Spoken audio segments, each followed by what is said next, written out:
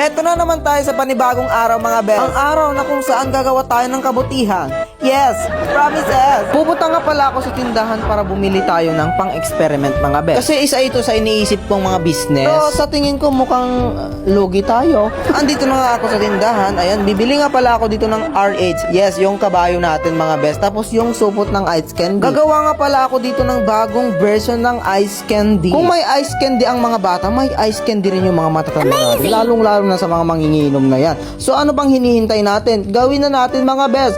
Promises! So eto na nga guys, sisimulan na natin. Ayan, linagay ko na nga pala yung red door sa pitchel na yan para mas eksaktong papasok sa ating supot na yan. Sa palagay nyo mga best, magugustuhan kaya ng mga manginginom to? Yes or no? Sa tingin ko, 50% sa yes, 50% sa no. Kasi kakaiba siya. Anyway,